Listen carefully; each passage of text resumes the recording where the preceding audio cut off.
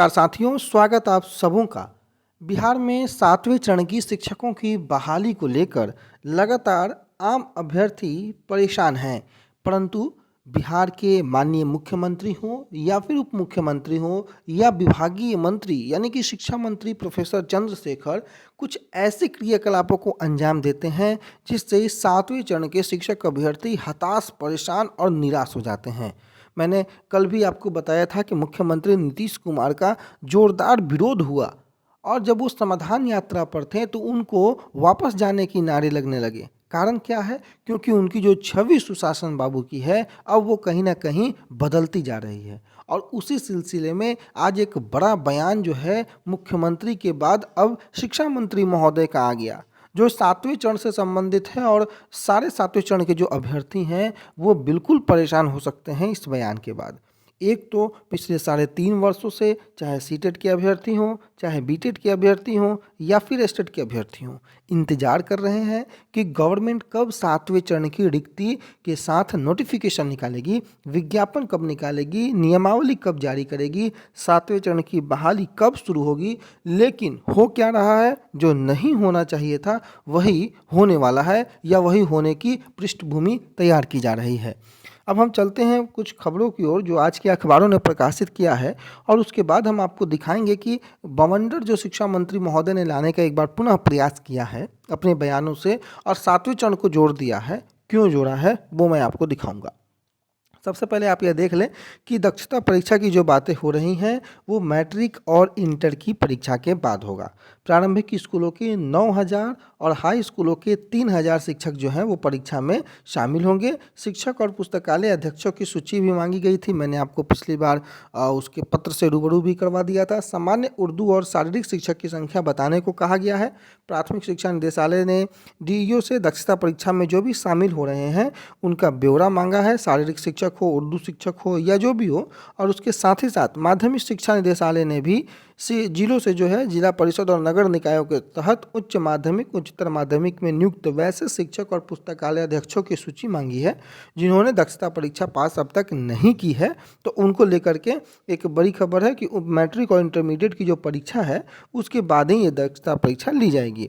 यानी कि प्रारंभिक स्कूलों के लगभग 9,000 जो शिक्षक हैं वो दक्षता परीक्षा में शामिल होंगे और इसमें 8,000 शिक्षक तो दक्षता परीक्षा में पहले शामिल होने का उनको मौका नहीं मिल सका था, जबकि 722 ऐसे शिक्षक हैं जो 3 बार दक्षता परीक्षा फेल हो चुके हैं। इस लाइन को देखने के बाद अफसोस होता है कि बिहार में ऐसे भी शिक्षक हैं जो दक्षता परीक्षा को 3 बार फेस कर चुके हैं और तीनों बार फेल कर चुके हैं। तो 3 बार दक्षता परीक्षा में फेल करने के लिए शिक्षक जो हैं फेल करने वाले, उनके लिए विशेष 6 माह तक शनिवार और रविवार की विशेष प्रशिक्षण दिलाया गया है और 2 जनवरी को इन शिक्षकों का प्रशिक्षण पूरा हो चुका है और अब इनको फिर से दक्षता परीक्षा में शामिल होना अनिवार्य है। जिन्होंने टीईटी या एसटीईटी उत्तीर्ण नहीं की है, माध्यमिक शिक्षा निदेशालय ने भी जिला एवं जिला परिषद नगर निकायों से उसकी सूची मंगाई है और अब उन पर दक्षता परीक्षा को पास करने का जो है ये जिम्मेदारी होगा कि अब इस बार 6 महीने की प्रशिक्षण के बाद अब वो दक्षता परीक्षा पास कर ले। ये है हमारे बिहार में शिक्षकों की स्थिति। अब हम आ जाते हैं 7वें चरण से संबंधित मुद्दे के बारे में जो माननीय शिक्षा मंत्री ने कहकर हड़कंप ला दिया है। 7वें चरण की बहाली के पहले होगा शिक्षकों का तबादला।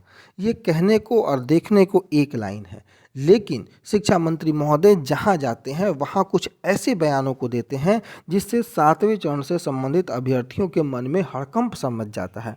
अब ये क्या कह रहे हैं कि 7वें चरण की बहाली के पहले होगा शिक्षकों का तबादला, और अगर ऐसी बातें होती हैं, अगर तबादला पहले हो जाता है तो ये याद रखिए तबादले में कम से कम 2 से 3 महीने का समय कम से कम लग जाएगा। चाहे आप कितना भी तेजी कीजिएगा, पूरे बिहार के शिक्षकों को अगर तबादले की स्थिति से गुजरना पड़ेगा तो आप 2 से 3 महीने का समय ये मान लीजिए। लेकिन शिक्षा मंत्री महोदय को कोई टेक्निकल पहलू, कोई धरातल की स्थिति, कोई धरातल पर आंदोलन, अभ्यर्थियों की परेशानी से मतलब नहीं है।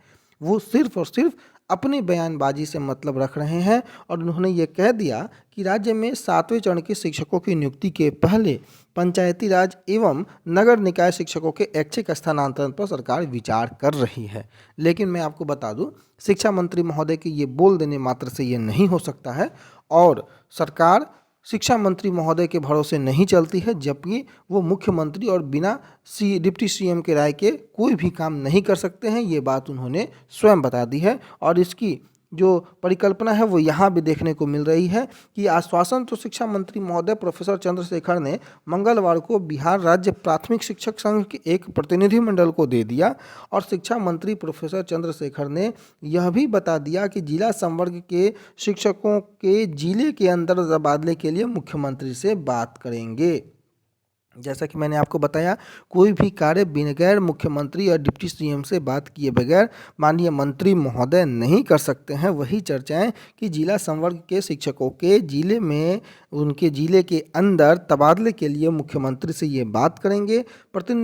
प्रतिनिधिमंडल जो था उन्होंने यह बताया कि 31 मार्च को जिला संवर्ग के शिक्षकों के रिक्त पद समाप्त हो जाते हैं और ऐसे में जून में उनके तबादले के लिए पद ही नहीं रहते। तो प्रतिनिधिमंडल के द्वारा जो बात बताई गई उससे शिक्षा मंत्री महोदय प्रभावित दिखे और इनकी जो जानकारियां इनके द्वारा दी गई शिक्षा मंत्री महोदय ने इसे गंभीरता से लिया है और पश्चिमी चंपारण में धड़ल्ले से शिक्षकों के प्रतिनियोजन किया जा रहा है और ऐसे में शिक्षा मंत्री महोदय ने प्रतिनिधिमंडल को भ्रष्ट अधिकारियों के खिलाफ कार्रवाई का भी भरोसा दिया। हालांकि प्रतिनिधिमंडल इस बात पर अड़े रहे कि उनको स्थानांतरण को लेकर के जल्द ही कोई तिथि की घोषणा की जाए, लेकिन प्रतिनिधिमंडल में जो बिहार राज्य प्राथमिक शिक्षक संघ के वरीय उपाध्यक्ष नुनुमणि सिंह, कार्यकारी अध्यक्ष मनोज कुमार, महासचिव नागेंद्र नाथ शर्मा इत्यादि लोग जो शामिल थे, उनके बात करने के बावजूद शिक्षा मंत्री ने यह कहा कि वो माननीय मुख्यमंत्री से इस बारे में चर्चा करेंगे और वो गंभीर हैं कि 7वें चरण के पहले तबादला हो सके। लेकिन माननीय शिक्षा मंत्री महोदय यह भी कहते नजर आते हैं कि जनवरी में आपको नोटिफिकेशन आ जाएगा। माननीय उप मुख्यमंत्री यह भी कहते हुए नजर आए थे कि 1 महीने के अंदर इतनी बम्पर बहाली आएगी कि पूरे देश के लोग देखेंगे। माननीय मुख्यमंत्री महोदय ने यहाँ तक कहा कि हम 10 लाख लोगों को नौकरी के साथ 10 लाख लोगों को रोजगार भी दे देंगे। लेकिन सभी की बयानबाजियाँ बिल्कुल फ्लॉप है। बयानबाजी को छोड़ दीजिए, लिखित जो दस्तावेज शिक्षा विभाग की ओर से जारी किया गया था, प्राथमिक शिक्षा निदेशक के हस्ताक्षर से जारी किया गया था कि जुलाई 2022 में ही आपको नोटिफिकेशन रिलीज कर दिया जाएगा प्राथमिक शिक्षक भर्ती का। आज तक लगभग 6 महीने बीत जाने के बाद भी प्राथमिक शिक्षक भर्ती आने वाले 6 महीने तक होगी कि नहीं होगी, इसकी भी जानकारी किसी के पास नहीं है। तो ये है हमारा बिहार का सिस्टम और ये है हमारे बिहार के मंत्रियों का आश्वासन।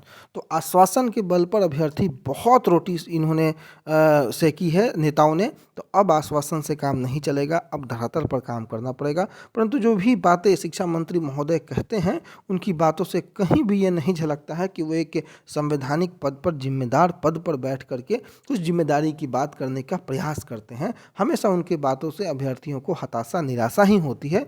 7वें चरण के अभ्यर्थियों को लेकर के कोई भी स्पष्ट बात उनके द्वारा नहीं किया जाना, ये बेहद दुर्भाग्य की बात है और लगातार अभ्यर्थी परेशान हैं कि कब उनकी बहाली होगी, कब नोटिफिकेशन और विज्ञापन जारी होगा। आखिर ऐसा कौन सा नियमावली बन रहा है जो पिछले 4 वर्षों से आपको बदलने में समय लग रहा है। लगभग 4 महीने के अंतराल के बाद भी नियमावली का नहीं आना और हर बार ये बताना कि अगली कैबिनेट में नियमावली आ जाएगी, बेहद दुर्भाग्य की बात है। तो फिलहाल के लिए इन्हीं सभी बिंदुओं के साथ इस वीडियो में आपको यहीं छोड़े जाते हैं। तब तक के लिए अपना बहुत ख्याल रखें। धन्यवाद।